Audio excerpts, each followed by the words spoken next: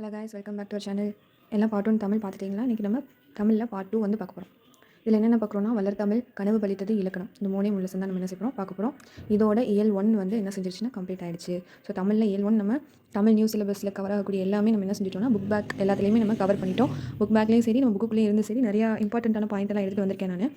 So நீங்கள் இதை மட்டும் ஒரு தடவை ரீட் பண்ணிவிட்டு காது கொடுத்து கேட்டுட்டு உங்கள் புக் எடுத்து ரீட் பண்ணிங்க அப்படின்னா உங்களுக்கு ஈஸியாக வந்து மைண்டில் ஏறிடும். எந்த ஒரு பாயிண்ட்டும் நீங்கள் மிஸ் பண்ணிட மாட்டீங்க. சரிங்களா?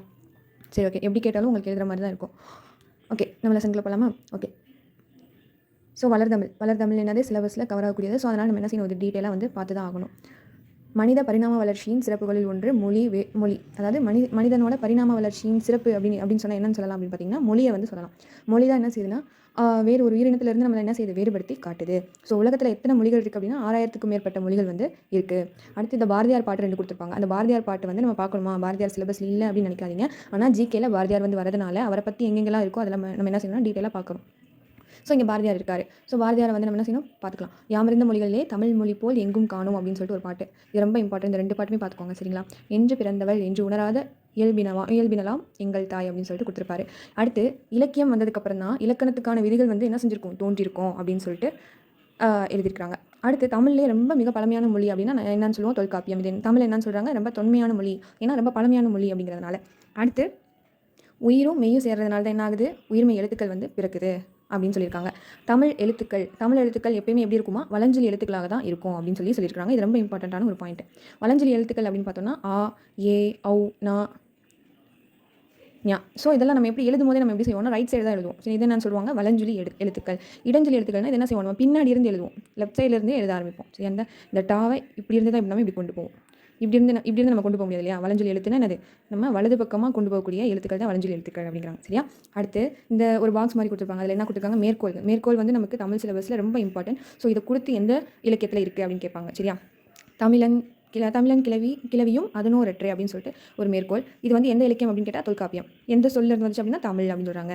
சரி, அதே மாதிரி தான் இமேல் கடல் வேலியை தமிழ்நாடு ஆக்கிய இது நீ கருதினை ஆயின் அப்படின்னு சொல்லிட்டு ஒரு மேற்கோள் இருக்குது. இது எதில் வருதுன்னா சிலப்பதிகாரத்துலையும் வஞ்சிகாண்டம் 2 இலக்கியத்துலையுமே வருது. தமிழ்நாடு எந்த சொல்லுனா தமிழ்நாடு அப்படின்னு. அடுத்து தமிழன் கண்டாய் திருத்தாண்டகம். ஸோ இது எதில் வருது, அப்பர் தேவாரம் இலக்கியத்தில் இந்த மேற்கோள் வந்து வருது.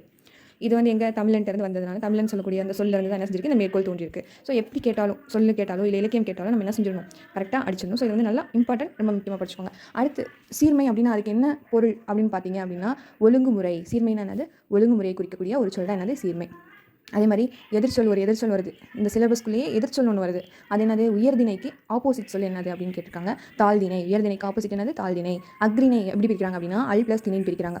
அல் ப்ளஸ் திணைன்னு என்னது, உயர்வு அல்லாத திணை. இதுக்கும் பொருள் கேட்பாங்க. பிரித்து எழுதுக்கு கொடுத்து பொருள் எது கரெக்டானதுன்னு கேட்பாங்க. ஸோ இது இம்பார்ட்டன்ட். அதே மாதிரி பாகற்காய் எப்படி பிரிப்பாங்க, பாகு ப்ளஸ் அல் ப்ளஸ்.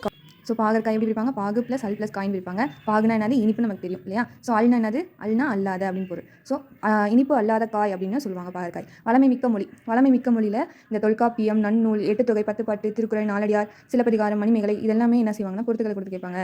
தொல்காப்பியம் நன்னூலும் எந்த ஒரு நூல் அப்படின்னு கேட்பாங்க. எந்த நூல், இலக்கண நூல். இது 2மே இலக்கண நூல். 8 தொகை 10 பாட்டு சங்க இலக்கியம். திருக்குறள், நாலடியார் நூல், அறநூல்கள். அதே மாதிரி சிலப்பதிகாரம், மணிமேகலை, காப்பிய நூல். ஸோ இது நமக்கு தெரியும். பட் என்ன செய்வோம், ஆப்ஷனில் வந்து நம்மளை என்ன செஞ்சிருவாங்கன்னா கன்ஃபியூஸ் பண்ணிடுவாங்க. நல்லா டீட்டெயிலாக வந்து பார்த்துக்கோங்க. அடுத்து பூவோட 7 நிலைகள் என்னன்னு கேட்குறாங்க. பூவோட 7 நிலைகள் அப்படின்னு பார்த்தா அரும்பு, மொட்டு, முகை, மலர், அலர், வி, செம்மல் அப்படின்னு சொல்லிட்டு 7 வகை இருக்குது. ஸோ இதை வந்து கொடுத்துட்டு 3 ஆப்ஷன் வச்சுட்டு ஒரே ஒரு ஆப்ஷனில் என்ன செய்வாங்க, இதில் இருக்கக்கூடிய ஏதாவது ஒன்று வைப்பாங்க. எது கரெக்ட் அப்படின்னு, பூவோட 7 நிலைகளில் எது கரெக்ட். ஸோ அந்த மாதிரி கேட்பாங்க. நீங்கள் நல்லா பார்த்துக்கோங்க. சரி, எது இருக்குது எல்லாமே இம்பார்ட்டன்ட் தான். ஒரு சொல் பல பொருள் தரக்கூடிய அந்த ஒரு சொல் மா அப்படின்றதுக்கான பொருள் வந்து நிறையா இருக்குது. என்னென்ன அப்படின்னா மரம், விலங்கு, ஸோ பெரிய, திருமால், அழகு, அறிவு, அளவு, அழைத்தல், துகள், மேன்மை, வயல், வண்டு இதெல்லாம் என்னது மாக்கான பொருள். சரியா? அடுத்து தமிழின் சிறப்பு பெயர் என்ன அப்படின்னு பார்த்தா முத்தமிழ். அந்த முத்தமிழ் நமக்கு என்னென்னு தெரியும்ல, இயல், இசை, நாடகம். இயல் வந்து எண்ணம் அப்படின்றத வெளிப்படுத்துது. இசை கேட்கும்போது உள்ள வந்து எப்படி இருக்குது, மகிழ்ச்சியாக இருக்குது. ஸோ இதை வெளிப்படுத்துது. நாடகம் என்ன வெளிப்படுத்துது அப்படின்னு பார்த்தீங்கன்னா வாழ்க்கையோட நிறை குறைய என்ன செய்யுதுன்னா வெளிப்படுத்துது. கவிதை வடிவங்கள் அப்படின்னு பார்த்தோம் அப்படின்னா செய்யுள், கவிதை, புதுக்கவிதை இதெல்லாம் வந்து கவிதை வடிவம் நமக்கு தெரியும். பட் புதுசான ஒரு பேர் துளிப்பா அப்படின்னு ஒரு பேர் இருக்கும். சரி, நல்லா பார்த்துக்கோங்க, இம்பார்ட்டன்ட். அதே மாதிரி உரைநடைனா கட்டுரை, புதினம், சிறுகதை இதெல்லாம் வந்து உரைநடை. தாவர இலை பெயர்கள் இதுவும் ரொம்ப முக்கியமான ஒன்று. ஸோ அந்த இலையை கொடுத்துட்டு அந்த பேர் என்னன்னு கேட்பாங்க. இல்லைன்னா பேரை கொடுத்துட்டு இது எதில் வரும், இப்போ கீரைன்னு கொடுத்துட்டு அதில் ஜாயின் ஆகக்கூடிய நேம் என்ன அப்படின்னு கேட்பாங்க. பசலை அப்படின்னு கொடுத்து கேட்கலாம். இல்லை அகத்தின்னு ஒரே ஒரு ஆப்ஷன் மட்டும் கேட்கலாம். ஸோ நம்ம ஈஸியாக வந்து கணிக்கிற மாதிரி இருக்கும். அந்த மாதிரி படிச்சுக்கோங்க. அடுத்து தமிழ் எண்கள் இதெல்லாம் தெரியும்ல, நம்ம ஆல்ரெடி நம்ம சின்ன கிளாஸில் படித்தது தான். மொழியை கணினியில் பயன்படுத்த, அதாவது மொழியை வந்து கணினியில் கம்ப்யூட்டரில் பயன்படுத்தணும் அப்படின்னா அது எப்படி இருக்கணும் அப்படின்னா எண் அடிப்படையில் என்ன செஞ்சுருக்கணும், வடிவமைச்சிருக்கணும். எண்கள் அடிப்படையில் என்ன செஞ்சுருக்கணும், வகைப்படுத்திருக்கணும் அப்படிங்கிறாங்க. சரியா, வடிவமைச்சிருக்கணும். அடுத்து புக் பேக் கொஷின் என்னது, தொன்மை என்னும் சொல்லின் பொருள் என்னது, தொன்மைன்னா என்னது, பழமை தெரியும். இது வந்து சரியான விடையில் வச்சுருப்பாங்க, நான் ஆப்ஷன் எழுதலாம். தமிழ் மொழி போல் இனிதாவது எங்கும் காணும், நம்ம பார்த்தோம் இல்லையா பாரதியார், அது சரியா. மா என்னும் சொல்லின் பொருள். ஸோ மாக்கான அந்த டீட்டெயில்ஸ் எல்லாமே நீங்கள் படிச்சிருந்தீங்க அப்படின்னா ஆப்ஷனில் உங்களுக்கு எது வச்சாலும் நீங்கள் என்ன செஞ்சிடலாம், அடிச்சிடலாம். அடுத்து போட்டியிடம், நாம் சிந்திக்கவும் சிந்தித்ததை செயல்படுத்தவும் உதவுவது என்னது, மொழி தான். அது நமக்கு தெரிஞ்ச ஒரு விஷயம். அடுத்து தமிழில் நமக்கு கிடைத்துள்ள மிக பழமையான இலக்கண நூல் டேஷ் அப்படி. ஸோ இது வந்து உங்களுக்கு ஹோம்ஒர்க்காக தரேன். நீங்கள் என்ன செய்யுங்க, நான் நடத்தினதை வச்சு உங்களுக்கு புரிஞ்சதுலேருந்து என்ன செய்யுங்க, எனக்கு வந்து கமெண்ட் பண்ணுங்கள். மொழியை கணினியில் பயன்படுத்த வேண்டுமெனில் அது டேஷ் அடிப்படையில் வடிவமைக்கப்பட வேண்டும். இதுவும் உங்களுக்கு வந்து ஹோம்ஒர்க், 2 ஹோம்ஒர்க் கொடுத்துருக்கேன். அதை வந்து கமெண்ட் பண்ணுங்கள். சரியா, கனவு பழுத்தது சும்மா இவ்வளோ தான். இதை மட்டும் நீங்கள் பார்த்துக்கிட்டு படிச்சிட்டா போதும். அதில் என்னென்னா அறிவியல் செய்தியை கூறும் நூல் என்னென்ன அப்படின்னு பார்த்தீங்கன்னா முல்லைப்பாட்டு, பரிபாடல், திருக்குறள், கால்நாற்பது, திருப்பாவை. இதெல்லாம் என்னது, அறிவியல் சம்பந்தமான கருத்துக்களை சொல்லக்கூடிய நூல்கள். இப்போ இந்த சுழற்சின்னு ஒன்று படிச்சிருப்பீங்க நீங்கள் 8th ஸ்டாண்டர்டில். அதில் வந்து என்னென்னா கடல் நீர் ஆவியாகி ஆவியிலேருந்து என்ன செய்யுது, மேகமாக மாறி மேகத்திலேருந்து என்ன செய்யுது, மழையாக பொழியுது. இந்த மாதிரியான கருத்துக்கள், சயின்டிஃபிக்கான கருத்துக்களை சொல்லக்கூடிய நூல்கள் தான் இது. ஔவையார் பாட்டு. ஸோ ஔவையார், தொல்காப்பியம், கால்நாற்பது, பதிற்று நற்றிணை, இதெல்லாம் ஒரு பாட்டு இருக்கும். ஸோ அந்த பாட்டுக்கு ஏற்ற மாதிரியான ஒரு அது எதில் எழுதியிருக்காங்கன்றது ஒரு பாக்ஸ் மாதிரி கொடுத்துருப்பாங்க. பாக்ஸ் எல்லாம் தனியாக கொடுத்துருப்பாங்க. ஸோ அதுதான் இந்த லெசனில் இருக்கக்கூடிய முக்கியமான பாயிண்ட் இவ்வளோ தான். சரியா, இதில் ஔவையார் வந்து ரொம்ப முக்கியம். ஔவையார் நல்லா பார்த்துக்கோங்க. ஆள அமுக்கி முகக்கினும் ஆழ்கடல் நீர் நாளி முகவாது நாளி அப்படின்னு சொல்லியிருக்காங்க. நிலம், நீர், அந்த 5 பூதங்களை சொல்லியிருப்பாங்க. கால்நாற்பதில் கடல் நீர் முகுந்த கமஞ்சொலி எழிலி அப்படின்றத சொல்லியிருப்பாங்க.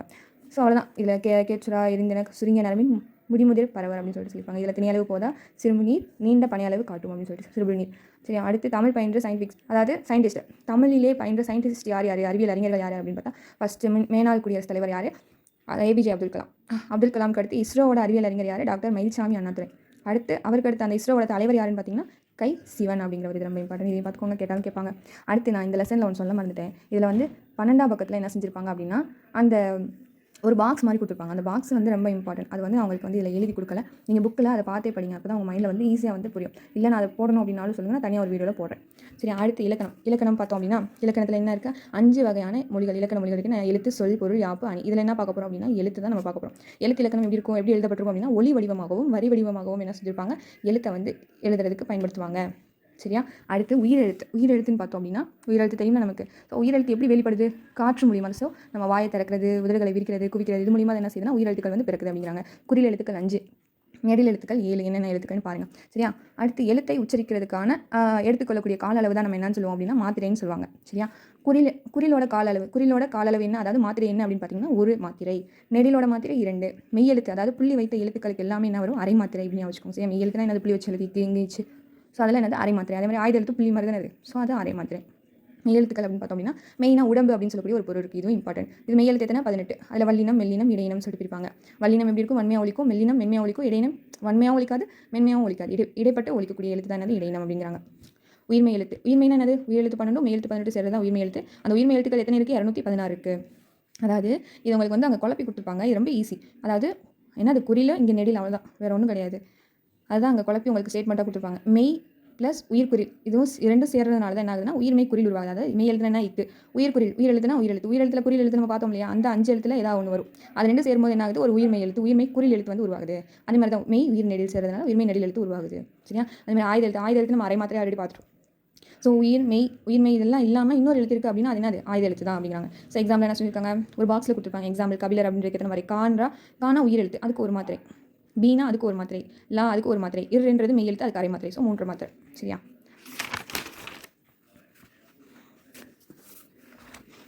இதுவும் உங்களுக்கு வந்து என்ன செய்யலாம், ஒரு ஹோம்ஒர்க்காக தரேன். இலக்கணத்தில் உயிரெழுத்தில் தொடங்கும் 2 மாத்திரை அளவுள்ள சொல் அது என்னதுன்னு நீங்கள் கமெண்ட் பண்ணுங்கள். 2 மாத்திரை அளவுள்ள ஒரே ஒரு எழுத்து தான் இருக்கணும். ஆனால் அது 2 மாத்திரை அளவுக்கு என்ன செய்யணும், ஒழிக்கணும். ஆயுத எழுத்து இடம் பெறும் 2.5 மாத்திரை. ஸோ ஆயுத எழுத்து இருக்கணும், அதில் அது 2.5 மாத்திரை அளவாக ஒழிக்கணும் அப்படிங்கிறாங்க. சரியா, இது வந்து 3 உங்களுக்கு ஹோம்ஒர்க்கு. அதில் ஒரு 2 கொடுத்துருக்கேன், மொத்தம் 5. கீழ்காணும் பத்தியை படித்து பொருள் தருக அப்படின்னு சொல்கிறாங்க. அதாவது ஒரு பேராகிராஃப் மாதிரி கொடுத்துருப்பாங்க. அதில் வந்து கொஸ்டின் கேட்டிருப்பாங்க. அதுக்குரிய ஆன்சர் என்ன செஞ்சுருக்கேன், இங்கே எழுதியிருக்கேன். பிறமொழி கலப்பின்றி பேசுக, அதாவது வேறு ஒரு இங்கிலீஷ் சொல் வந்து என்ன செஞ்சிருப்பாங்க, கொடுத்துருப்பாங்க. அதுக்கான தமிழ் எழுத்து நம்ம என்ன செய்யணும், எங்கள் ஸ்கூலில் சுற்றுலா கூட்டிகிட்டு போகிறாங்க அப்படின்றது, ஸ்கூலுங்கிறது இங்கிலீஷ் வார்த்தை தானே. ஸோ அதை என்ன செய்யணும், பள்ளியில் அப்படின்னு சொல்லிட்டு மாற்றணும். ஸோ பெற்றோரிடம் பெர்மிஷன் லெட்டர் வாங்கி வர சொன்னாங்க அப்படின்னு சொல்லி, பெர்மிஷன் அனுமதி கடிதம். சரியா, அடுத்து என்னது சொல்வனம் பெறுக. ஸோ கரும்பு அப்படிங்கிறத கம்பு. ஸோ இந்த மாதிரி ஒரு இதில் எத்தனை எழுத்து வந்து உருவாக்க முடியுமோ அது அவ்வளோ இம்பார்ட்டன்ட் இல்லை. சரியா, அடுத்து கலைச்சொற்கள். வலஞ்சொலினா என்னது, கிளாக் வைஸ். இதெல்லாம் ரொம்ப இம்பார்ட்டன்ட். இது வேணால் கேட்கலாம். வலஞ்சொலினா கிளாக் வைஸ், இணையம்னா இன்டர்நெட், இடஞ்சொலி அப்படின்னா முகநூல்னா ஃபேஸ்புக், புலனம்னா வாட்ஸ்அப், இடஞ்சொலினா ஆன்டி கிளாக் வைஸ், குரல் தேடல் வாய்ஸ் சர்ச், தொடுதிரைனா டச் ஸ்க்ரீன், செயலினா ஆப், மின்னஞ்சல்னா இமெயில். ஓகே, கலைச்சொற்கள் எல்லாமே நம்ம பார்த்துட்டோம். இதோட இயல் 1 வந்து என்ன ஆச்சுன்னா கம்ப்ளீட் ஆயிடுச்சு. இனி உங்களுக்கு அந்த எக்கனாமிக்ஸில் வந்து அந்த வீடியோ நான் வந்து அப்லோட் பண்ணி விட்றேன். ஓகேவா? சரி, ஓகே. நான் நெக்ஸ்ட் வீடியோவில் நம்ம பார்ப்போம். உங்களுக்கு ஹோம்ஒர்க் கொடுத்ததை நீங்கள் கமெண்ட் பண்ணுங்கள். இந்த வீடியோ பிடிச்சிருந்துச்சுன்னா லைக் பண்ணுங்கள், ஷேர் பண்ணுங்கள். நிறைய பேருக்கு யூஸ்ஃபுல்லாக இருக்கும்னு நினைக்கிறேன். தேங்க்யூ.